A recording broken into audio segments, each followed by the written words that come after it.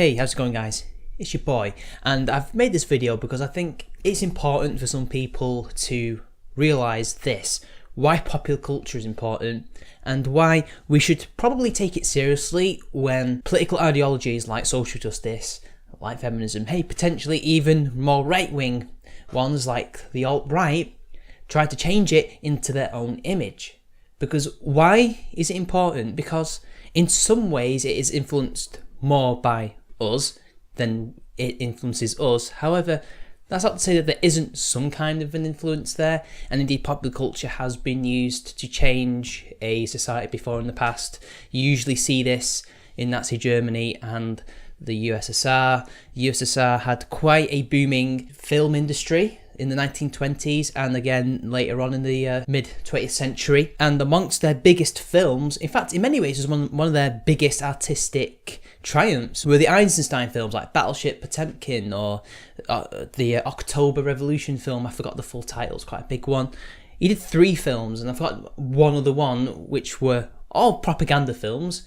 However, because he was more of an artist than a communist, he put his own vision in that wasn't quite what the Communist Party had in mind, but nonetheless that was their intended purpose, to tell the Soviet public that communism, socialism is the way forward. And the Nazis had their own version. They had Renée Riefenstahl, the female director who did Triumph of the Will and many other types of things like that. So why am I mentioning these? Well, because these are 2 totalitarian ideologies and organisations using popular culture, changing people's perspectives, or at least trying to, through the use of this change, to enact either their own change or to justify their own political agendas.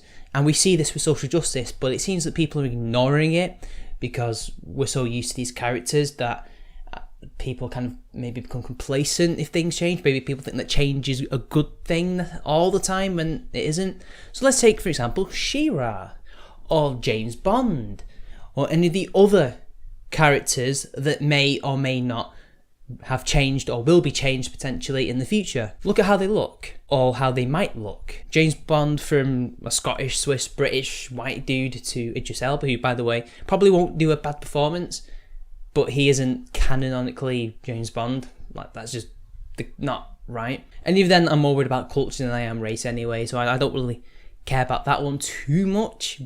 But again, there's a justification behind that for why they want to change it into Idris. She-Ra, from the bastion of femininity to He-Ra. And just look at any of the Marvel characters. Iron Man, what else? Squirrel Girl, although she didn't change gender, but she definitely changed look in some ways. The reduction of the breast size. Why do you think this is the case? Because this is social justice propaganda, and this is their attempts to make their agenda and what they think the world ought to be, what ought to look like, or what our values ought to be, into reality. They're trying to say, look, this is what it should be, this is what you should get used to, deal with it. And this is how they propagate themselves as well, because if they're everywhere and if they control everything, this is what they do. They put their own people into power, or they play on people who have sympathies to them, whether they guilt trip them or promise them things or force them to do things, or they collaborate, whatever.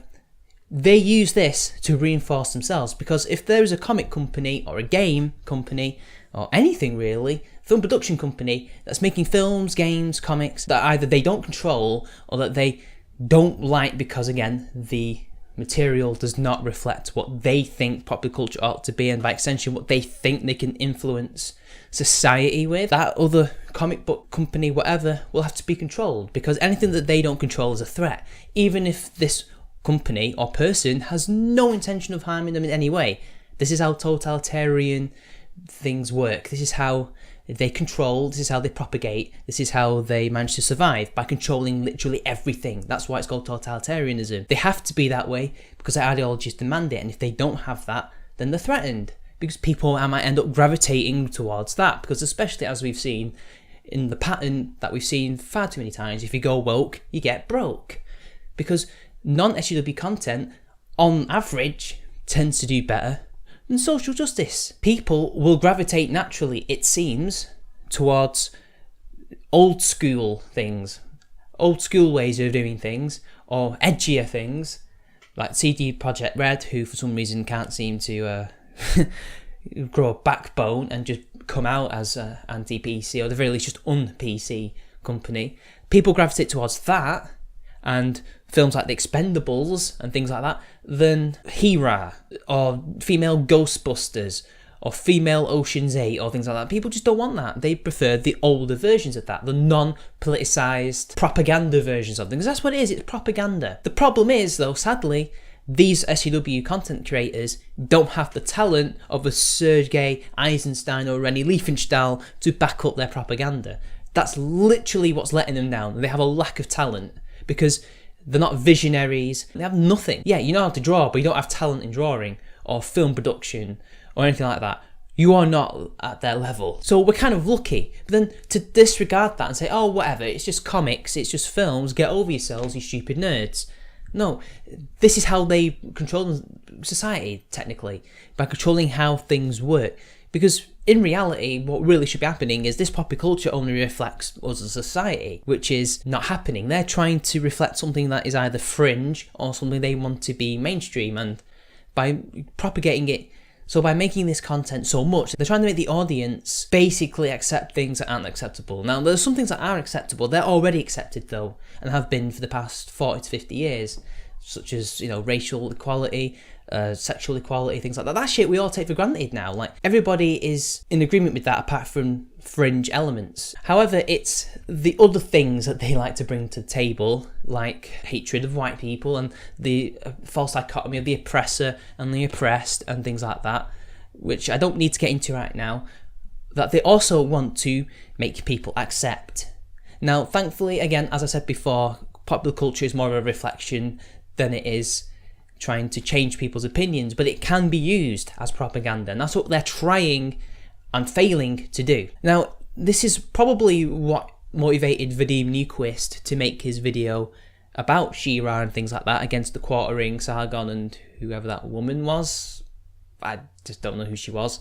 Sorry for some people, I just don't know every name. I think to some extent he must recognise that this is a battleground, that it's a culture war for a reason. Popular culture is something that should be fought over. It is something that can be used either as a weapon or just a harmless form of entertainment. And for people who are not extremists, it should remain as the harmless form of entertainment that it is. It should never be used for nefarious reasons like propaganda, because then it can be used as a tool to harm people. It can be used to justify actions of a state or a political ideology, and that's just not right. He understands that, so that's why he tries to downplay their concerns. This is why he tries to mock their concerns. And so he brings up things like, oh, people still make films like this. So he brings up Wonder Woman, which is, well, Wonder Woman is in many ways meant to be the female power fantasy. And then he also brings up one interesting point, and that is, I think it was Domino. Domino, even though, don't get me wrong, I've just seen Deadpool 2 recently. I liked it, and she was good in it, and very sexy, I might add. But her look is definitely SJW influence, and I've seen interviews where she has definitely had a social justice reason for not trying to look more like the character. Because if you've seen a picture of Domino in the comics, she's not white or black, she's both. She looks like a domino. Why is that such an issue? Because again, they're trying to change the popular culture, even though overall Deadpool is very faithful to its source material in general. So that was actually probably the worst example. And then I think there's some other things like Jessica Jones and others. I think they started off well, but then veered into social justice territory. I'm not sure. But again, they're not very good examples either. In fact, the movies in general are terrible examples, because they're only reflecting the old source material that the comics used to produce until 2012, 2013, whenever the fall of Marvel, DC, etc. happened, that Jeremy from the Quartering and Diversity in Comics, your boy Zach, and Captain Cummings talk about. They're reflecting the old version that people are familiar with, but these newer comics are doing away with that because of the politics. So that's the worst examples he could have given, because you could then just tell him, well, okay, these things are happening in film, because these things sell, because he forgets that Hollywood still needs to make money. But look at what the comics industry are doing. They've completely fallen for the ideological trap, get woke, go broke. And look, they're barely able to keep a comic running for a couple of seasons, or runs, whatever you call it. Within a couple of issues, it's dead because it doesn't sell, because it's too ideologically driven, and it bashes it over the head of the consumer and they just don't want it. Also, they're changing things that didn't need to be changed. Again, they're only changed for political reasons. Why? Because they're trying to advance their agenda and their ideology. It's pure and simple. It's to consolidate the gains they made over the many decades. And yet people still think we should not make this a big deal. Like, these things should just be ignored. Like, it's just comics. Yeah, but you got to remember that these things are important battlegrounds. Even Churchill knew that the arts was incredibly important. When he was asked, are you going to cut the arts during World War II? He said no. Why? Because the arts are incredibly useful, again, for propaganda, but also for morale and to make people feel good. The arts are incredibly important. This is why it's not called a normal war, it's a culture war. This is the battle between two different ideas. One more liberal, more freedom-based ideology, and the other a totalitarian nightmare. And there's also another totalitarian nightmare that's never going to get anywhere. That's what the culture war is about. And the battleground will be waged through the political system, the university system. I guess you could argue that's just education and politics, but also popular culture, because that reflects us. In a minority of way, it can also change us in a way. That's why you can't ignore this. This is why you can't dismiss people's concerns. I know this is a very, not very well thought out video, but I need to get this out here. I need to get it off my chest because I feel like this is important. It's always going to be important. Popular culture should always be as apolitical as possible. It should not be political. The more apolitical it is, the better. But of course, I'm not saying that you can't be political in your art. In fact, there has been good political art. As I've mentioned, you know, the Soviet examples and things like that. And also, you know, music. There are great political musicians.